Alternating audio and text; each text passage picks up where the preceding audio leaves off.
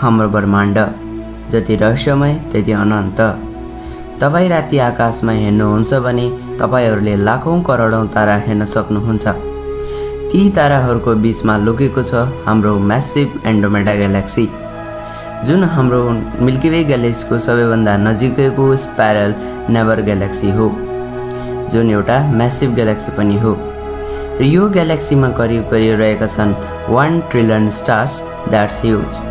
तुलना गर्ने हो भने हाम्रो मिल्की वेमा मात्रै 200 to 400 बिलियन स्टार रहेका छन्। यो ग्यालेक्सी हाम्रो मिल्की वे भन्दा 2 गुणा भारी र ठुलो रहेको छ र यसको हाम्रो पृथ्वीसँगको दूरी हेर्ने हो भने त्यो आउँछ 2.5 मिलियन लाइट इयर र यो एन्ड्रोमेडा ग्यालेक्सीको यसको डायामिटर 2,20,000 लाइट इयर्सको दूरीमा फैलिरहेको छ, जुन एउटा धेरै हो। र एन्ड्रोमेडा ग्यालेक्सीको बिचमा सेन्टरमा घुमिरहेको छ एउटा हाम्रो सुपर म्यासिभ ब्ल्याक होल। र अब यसको डिस्कभरीको कुरा गर्ने हो भने करिब 1000 वर्ष अगाडि 964 एडीमा पर्सियन एस्ट्रोनोमर अब्दुल रहमान अल-सुफीले सबैभन्दा पहिले यसलाई फेन्ट प्याच अफ लाइटको रूपमा हेरेका थिए, तर तिनी कन्फर्म थिएनन् कि यो कुनै ग्यालेक्सी हुन सक्छ भनेर। र पछि आउँछन् हाम्रा चार्ल्स मेसियल, जुनले 1764 एडीमा यसले आफ्नो प्रसिद्ध क्याटालगमा M31 भनेर एड गरिदिन्छन्। र पछि आएर एडविन हबलले 1920 यसलाई प्रुफ गरिदिन्छन् कि यो कुनै हाम्रो ग्यालेक्सीभित्रको कुनै क्लस्टर अथवा नेबुला होइन, यो त हाम्रो ग्यालेक्सीभन्दा डिफ्रेन्ट एउटा ग्यालेक्सी हो। र अहिलेको समयमा हबल टेलिस्कोपले यसका क्लिन अथवा स्टनिङ फोटोज हामीलाई दियो, जुन एडविन हबलको नामबाट परेको थियो। र जुन एन्ड्रोमेडा ग्यालेक्सीको एउटा रोचक अथवा रेयर कुरा के हो भने जुन हाम्रो एन्ड्रोमेडा ग्यालेक्सी छ त्यो हाम्रो मिल्की वेसँग कोलाइड हुनको लागि करिब 110 किलोमिटर पर सेकेन्डको स्पिडले हाम्रो मिल्की वे तर्फ आउँदैछ र 4 to 5 बिलियन इयर पछि यिन दुईटै ग्यालेक्सी कोलाइड भएर एउटा म्यासिभ ग्यालेक्सीको रूप लिनेछन्, जुनलाई साइन्टिस्ट भन्छन् मिल्कोमेडा।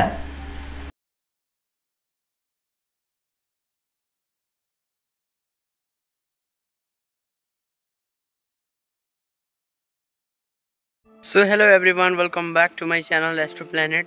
र जुन आजको भिडियोमा हामी क्याप्चर गर्नेवाला छौँ एन्ड्रोमेडा ग्यालेक्सी यानि कि M31। सो फ्रेन्ड्स, यो एकदम फेन्ट अब्जेक्ट हो, डिभिएसका अब्जेक्ट, जुन हाम्रो जनरली क्याप्चरिङ गर्ने एकदमै भन्दा पनि उसरी हार्ड नै हुन्छ, किनभने एक त यो फेन्ट अब्जेक्ट हो र यसलाई फाइन्ड गर्न धेरै मुस्किल आउने गर्दछ। सो आजको भिडियोमा हामी यही अब्जेक्टलाई क्याप्चर गर्नेवाला छौँ हाम्रो 76 एजेन्ट म्यानुअल टेलिस्कोपबाट। सो पहिले नै भनिदिन्छु फ्रेन्ड्स, हामीसँग इक्वेटोरियल माउन्ट छैन, जसको कारण हामी यसको लङ एक्सपोजर लिन सक्छौँ र कुनै पनि एउटा डेडिकेटेड एस्ट्रोनोमी अथवा कुनै पनि DSLR क्यामेरा छैन। र आजको जुन हाम्रो सेटअप हुनेवाला छ त्यो एकदम म्यानुअल टेलिस्कोप र एउटा भिभो मोबाइल हुनेवाला छ। सो जुन आजको भिडियोमा हामी एन्ड्रोमेडा ग्यालेक्सीलाई एकदमै राम्रो तरिकाले क्याप्चर गर्नेवाला छौँ without calibration frames. Yes friends, जुन बिग एस्ट्रो फोटोग्राफर हुन्छन् तिनीहरू युज गर्छन् calibration frames like dark frames, flat frames, bias frames etcetera. So जब म विदाउट क्यालिब्रेसन फ्रेम युज गरी यसलाई स्ट्यागिङ, प्रोसेसिङ, इन्हान्सिङ गरेर तपाईँलाई फाइनल रिजल्ट देखाउनेवाला छौँ। र आज हाम्रो 12 नोभेम्बर अफ 2025 र यो मेरो फर्स्ट एटेम्प्ट हुनेवाला छ एन्ड्रोमेडा ग्यालेक्सी क्याप्चर हुनको लागि। र यसलाई मैले अक्टोबरमा पनि यसलाई एकदमै राम्रो तरिकाले क्याप्चर गरेको थिएँ। सो फ्रेन्ड्स, जुन आजको वेदर छ त्यो एकदमै क्लिन छ, हेर्न सक्नुहुन्छ।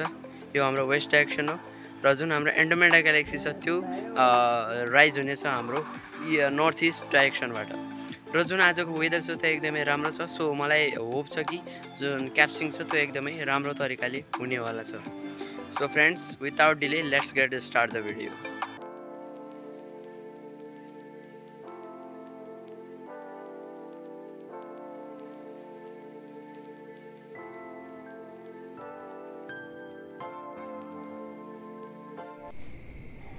सो फ्रेन्ड्स, हेर्न सक्नुहुन्छ म छतमा आइसकेको छु। जुन आजको हाम्रो टार्गेट हुनेवाला छ त्यो हुनेछ हाम्रो एन्ड्रोमेडा ग्यालेक्सी। र जुन एन्ड्रोमेडा ग्यालेक्सी छ त्यो अहिले हाम्रो एउटा राम्रो एल्टिट्युडमा आइसकेको छ क्याप्चर गर्नको लागि। र नोभेम्बर डिसेम्बर महिना भनेको हाम्रो एन्ड्रोमेडा ग्यालेक्सीको एउटा सिजन हो होइन, सबैभन्दा ब्राइट अथवा राम्रो देखिने भने यही महिनामा हो। र मैले अक्टोबरमा पनि क्याप्चर गरेको थिएँ, मैले तपाईँलाई देखाउने छु अब रिजल्ट। सो आज हाम्रो 7 नोभेम्बर र जुन आजको वेदर छ त्यो एकदमै सफा छ कम्पेरिटिभली अक्टोबर सेप्टेम्बरसम्म त हाम्रो मनसुन थियो। सो जुन हाम्रो आजको वेदर छ त्यो एकदमै राम्रो छ। तर वान प्रब्लम छ, त्यो तपाईँले ब्याकग्राउन्डमा देख्न सक्नुहुन्छ। हाम्रो मुन जो मुन लाइट छ त्यो डाइरेक्टली हाम्रो एन्ड्रोमेडा कन्स्टलेसनमा पर्दैछ। सो त्यसको कारणले हामीलाई थोडा डिफिकल्ट हुनसक्छ क्याप्चरिङको टाइम, तर केही छैन। हाम्रो वेदर राम्रो भएको कारणले मलाई आशा छ कि हाम्रो क्याप्चरिङ धेरै राम्रै हुनेवाला छ।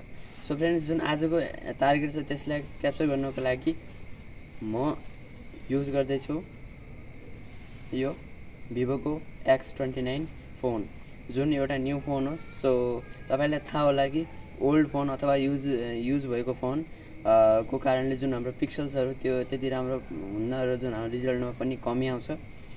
न्यू फोन भएको कारणले यसले त्यो प्रब्लम दिने छैन र जुन यसको प्रोमोड अथवा क्यामेरा पनि धेरै राम्रो छ। सो आज म यसको युज गर्नेछु। सो अब धेरै कुरा नगरौँ, जुन हाम्रो 76 इन्च टेलिस्कोप छ त्यसलाई मैले अस्ति नै क्वालिमेट गरिसकेको थिएँ र आज हामी यसको क्याप्चरिङ स्टार्ट गर्नेवाला छौँ।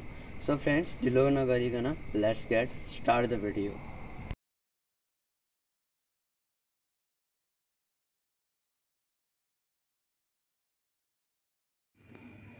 So friends, this is our Andromeda galaxy. यो हाम्रो स्टेलेरियमको भ्यू हेर्न सक्नुहुन्छ हाम्रो एन्ड्रोमेडा ग्यालेक्सी। अनि यो हाम्रो एन्ड्रोमेडा ग्यालेक्सी भयो। अनि यता as you can see friends, we did it. This is the Andromeda galaxy. We are capturing the light that is travel from 2.5 million light years.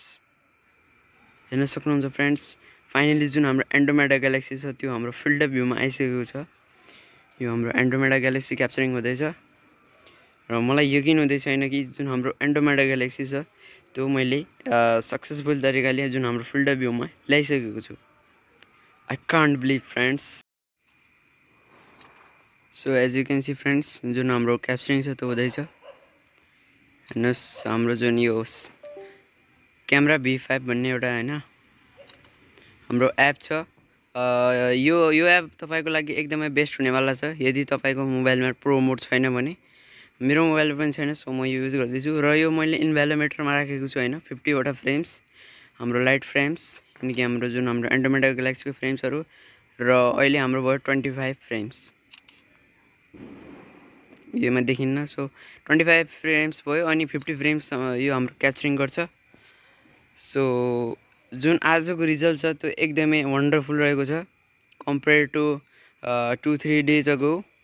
र आज के पनि राम्रो छ भने जुन हाम्रो वेदर छ त्यो पनि एकदमै क्लियर छ। अनि जुन हाम्रो स्टार छन् त्यो तिनीहरू क्लियरली भिजिबल छन्। सो फर द्याट जुन हाम्रो एन्ड्रोमेडा ग्यालेक्सी छ त्यो एकदमै वन्डरफुल तरिकाले क्याप्चरिङ हुँदैछ। सो हेर्नुहोस् फ्रेन्ड्स, यो हाम्रो Andromeda galaxy. This galaxy is far from 2.5 million light years from us.